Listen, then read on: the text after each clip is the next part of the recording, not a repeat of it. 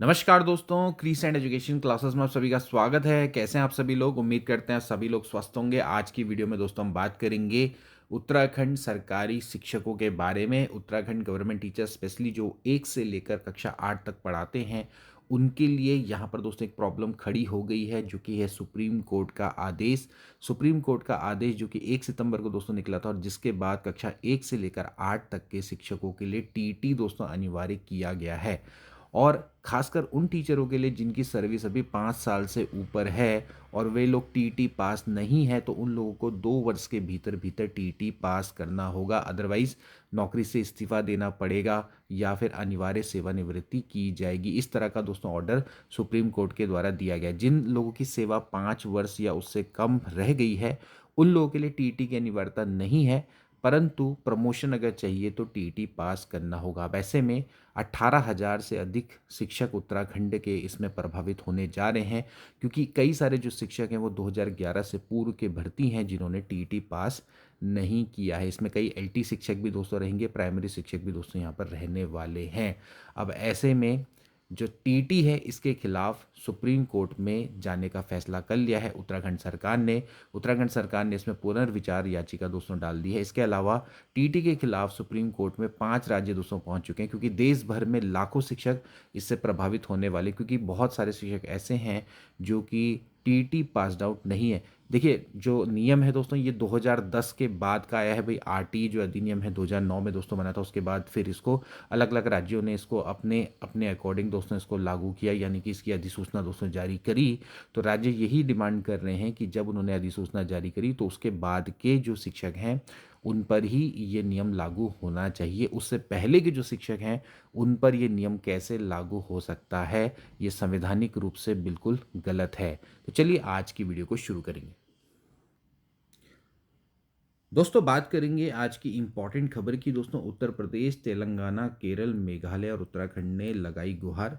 TT के खिलाफ supreme court पहुंचे 5 राज्य। देखिए, कुछ समय पहले दोस्तों हमने एक वीडियो बनाई थी जिसमें हमने आपको बताया था कि सुप्रीम कोर्ट के द्वारा एक ऑर्डर दिया गया है और इसमें इस ऑर्डर में साफ साफ उल्लिखित है कि जिन शिक्षकों ने जो कि कक्षा 1 से लेकर 8 तक पढ़ाते हैं, अगर उन्होंने टीटी पास नहीं किया है तो टीटी पास करना अनिवार्य है। इसके लिए उनको 2 वर्ष का समय दिया जा रहा है। खासकर वे लोग जिनकी सर्विस अभी 5+ ईयर है, यानी कि 5 साल से ऊपर बची हुई है। अगर ऐसा करने में वो नहीं हो पाते हैं सफल, तो फिर उनको अनिवार्य सेवानिवृत्ति दे दी जाएगी, वीआरएस, या फिर इस्तीफा देना होगा। तो इस तरह का कड़क फैसला सुप्रीम कोर्ट के द्वारा दिया गया है। अब ऐसे में जो टीचर्स हैं जिनकी सेवा 5 साल से ऊपर हैं, तो वे लोग अभी सदमे में हैं। वे लोग अभी अपने अपने राज्यों में गुहार लगा रहे हैं, अपनी राज्य सरकारों से निवेदन कर रहे हैं कि इस सुप्रीम कोर्ट के फैसले के खिलाफ पुनर्विचार याचिका डाली जाए या फिर इसको कैबिनेट में लाया जाए।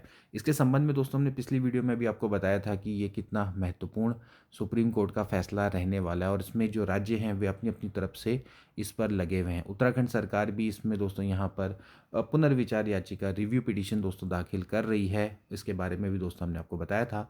तो टीटी के खिलाफ सुप्रीम कोर्ट पहुँच गए हैं 5 राज्य। इसके बारे में दोस्तों एक बार चर्चा कर लेते हैं। तो देखिए, कक्षा 1 से लेकर 8 तक बच्चों को पढ़ा रहे शिक्षकों के लिए शिक्षक पात्रता परीक्षा पास करने संबंधी सुप्रीम कोर्ट के आदेश के बाद से देश भर के शिक्षक बिल्कुल असहज हैं।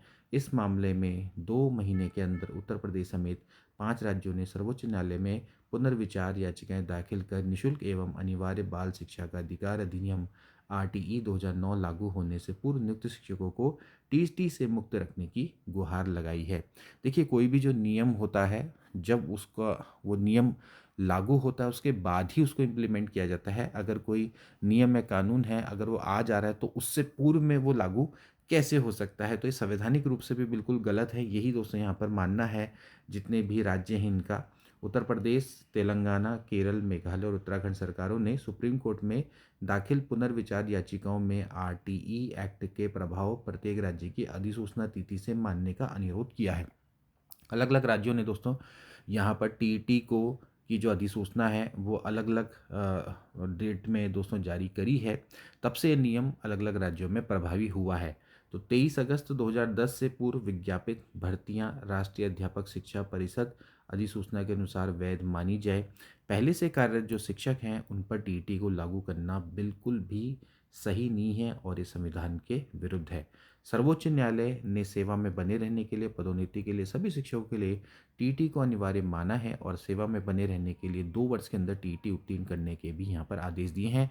और पदोन्नति के लिए उस संवर्ग को टीईटी का अनिवार्य बताया गया है। केवल उन्हीं शिक्षकों को राहत दी है जिन्होंने 5 वर्ष से कम की सेवा अब जिनकी बाकी रहेगी। हालाँकि उनको भी प्रमोशन के लिए टीईटी दोस्तों अनिवार्य रहेगा।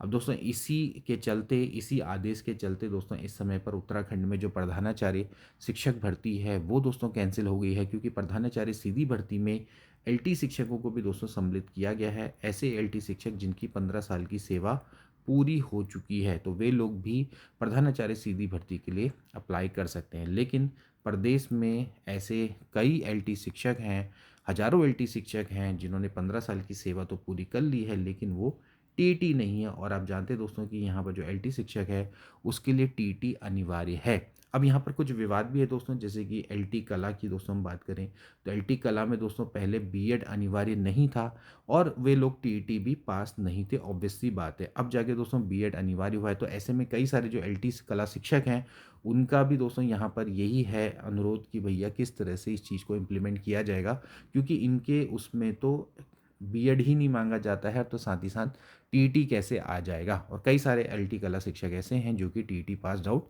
नहीं है, तो फिर ऐसे में इन सभी के लिए असहजता महसूस यहाँ पर हो गई है। देखिए दोस्तों, यहाँ पर सबसे इम्पॉर्टेंट पॉइंट यही है कि जब आप भर्ती होते हैं किसी भी कंपटीशन में या किसी भी एग्ज़ाम को आप देते हैं, तो उस समय पर अगर आप निर्धारित योग्यता को पूरा कर रहे हैं, तो आपकी जो नियुक्ति है वो पूरी तरह से वैध मानी जाती है। ठीक है, वो बिल्कुल वैध होती है, क्योंकि जब उस समय पर जो भी नियम कानून चल रहे थे वो आपने पूरे किए हैं। अब बाद में आगे जाके कुछ नियम कानूनों में कुछ परिवर्तन होता है या कुछ परिवर्तन होता है, जैसे मान लेते हैं योग्यता को बढ़ाया जाता है या या फिर कुछ चीज़ें ऐड होती, घटाया तो नहीं जाता है, बढ़ाया ही जाता है। तो फिर वो जो नियुक्ति पहले से जो नियुक्त लोग हैं, कार्मिक हैं, उन पर वो लागू करना किसी भी दृष्टिकोण से उचित नहीं रह जाता है। मान लेते हैं कि भाई अब कनिष्ठ सहायक की पहले योग्यता 10th मानी जाती थी 2005 में, मान लेते हैं, तो 2005 के बाद जितने भी भर्ती लोग हैं या 2005 के टाइम पे जितने भी, या उससे पहले जितने भी भर्ती लोग हैं, तो वे 10th के आधार पे भर्ती हुए। फिर बाद में दोस्तों योग्यता चेंज हो गई, 2010 में मान लेते हैं 12वीं योग्यता होगी कनिष्ठ सहायक की। तो अब आप जो ये 10वीं के आधार पर भर्ती हुए कार्मिक है, उनसे आप ये नहीं कह सकते कि आप 12वीं का सर्टिफिकेट लेके आओ, अदरवाइज़ आपको नौकरी से निकाल दिया जाएगा। तो यही हाल इस समय पर जो 2010 या 11 से पूर्व के भर्ती शिक्षक हैं उनका है, क्योंकि ये जो योग्यता जुड़ी या ये मापदंड जो जुड़ा या एक्स्ट्रा चीज़ें जुड़ी टीईटी की, तो ये आपकी 2010 के बाद दोस्तों जुड़ी है और उसके बाद ही इस चीज़ को अनिवार्य किया गया है। तो ऐसे में जो सुप्रीम कोर्ट का जो निर्णय है ये किस तरह से दिया गया, ये भी आपके समझ के परे है, और इसमें डेफिनेटली रूप से जितनी भी सरकारें हैं वो अपनी तरफ से रिव्यू पिटीशन दोस्तों यहाँ पर दाखिल करेंगी और कर भी रही हैं। 5 राज्यों ने दोस्तों इसका शुभारंभ कर दिया है। तो यहाँ पर आप देख सकते हैं कि जो देश में आरटीई है वो 1 अप्रैल 2010 से दोस्तों लागू हुआ। आप जानते हैं दोस्तों कि 2009 में ये आरटीई एक्ट दोस्तों बना और 1 अप्रैल 2010 में दोस्तों ये लागू हो गया। तो 1 अप्रैल जब 2010 में दोस्तों ये लागू हुआ है, तो उसके बाद ही दोस्तों जो टीईटी के प्रावधान है वो लागू होंगे आने वाले शिक्षकों में। अब आगे जाके दोस्तों एनईपी 2020 है, इसके प्रावधान होंगे आगे जाके लागू। तो आगामी जितने भी शिक्षक हैं या आगामी जो भर्ती में सम्मिलित होने वाले अभ्यर्थी हैं उन पर लागू होंगे। जो पहले से ही चले आ रहे लोग हैं उन पर वो लागू करना बिल्कुल भी उचित नहीं है और ये बिल्कुल भी संवैधानिक दृष्टि से उचित नहीं है। ये यहाँ पर दोस्तों फिलहाल तर्क चल रहा है। पूरे देश में आरटीई 1 अप्रैल 2010 से लागू हुआ। 6 से 14 वर्ष तक के प्रत्येक बच्चे को निःशुल्क और अनिवार्य शिक्षा का अधिकार दोस्तों प्रदान करता है। शिक्षक नियुक्ति से संबंधित योग्यता तय करने का अधिकार भी एनसीटीई को दोस्तों यहाँ पर दिया गया है। अब देखिए किस राज्य ने किस स्थिति पर इसको लागू किया। देखिए हर राज्य ने अलग अलग तरीके से लागू किया है। उत्तर प्रदेश ने 27 जुलाई 2011 को लागू किया, जबकि तेलंगाना जो कि तत्कालीन आंध्र प्रदेश था उस समय पर, तो ये 29 जुलाई 2011 को लागू किया। केरल ने 28 अप्रैल 2011 को लागू किया। मेघालय ने 1 मई 2011 को लागू किया। उत्तराखंड में ये 18 जुलाई 2011 को लागू किया। तो उत्तराखंड ये डिमांड कर रहा है कि जब से यहाँ पर अधिसूचना जारी हुई है उससे पहले के जो शिक्षक हैं उनको इससे रिलीफ दिया जाए या फिर उसमें शिथिलता दी जाए, उनको इस दायरे में ना लाया जाए। 18 जुलाई 2011 के बाद के जो जॉइंट टीचर्स हैं उनसे आप कह सकते हैं, और ऑब्वियसली बात है कि वे लोग जब टीईटी पास हुए होंगे तभी तो भर्ती हुए होंगे, उससे उसके अलावा वो भर्ती नहीं हो सकते हैं। और यही कारण दोस्तों था कि जो इस समय पर जो उत्तराखंड प्रधानाचार्य भर्ती है उसको भी दोस्तों यहाँ पर कैंसिल करना पड़ा। पूर्व में जो उत्तराखंड में प्रधानाचार्य सीधी भर्ती थी उसमें केवल और केवल जो प्रवक्ता टीचर हैं, प्रवक्ता शिक्षक हैं, जिनकी 10 वर्ष की सेवा पूरी हो चुकी है, इसके अलावा जो प्रधानाध्यापक हैं उन्हीं लोगों को इसमें सम्मिलित किया गया। लेकिन बाद में जो प्रधानाचार्य सीधी भर्ती नियमावली है उसमें दोस्तों यहाँ पर परिवर्तन किया गया, और इसमें एलटी शिक्षक जो कि 15 वर्ष की सेवा पूरी कर चुके हैं उनको यहाँ पर जोड़ा गया। प्रधानाध्यापक तो थे ही, इसके अलावा वे ऐसे प्रवक्ता जो कि बीएड नहीं है, नॉन बीएड है, ठीक है, उनको भी सम्मिलित यहाँ पर किया गया। अब देखिए यही चीज़ तो प्रवक्ता के लिए भी लागू होती है। पहले एक टाइम था कि जब प्रवक्ता के लिए केवल पोस्ट ग्रेजुएट ही योग्यता मानी जाती थी, और उसी के आधार पर फिलहाल अभी जो प्रवक्ता हैं वे लोग कार्यरत हैं। कई सारे प्रवक्ता हैं जो कि नॉन बीएड हैं, ओके। अब बाद में दोस्तों क्या हुआ कि बीएड भी जोड़ दिया गया प्रवक्ता बनने के लिए। अब प्रवक्ता की योग्यता में पीजी प्लस बीएड है, ओके।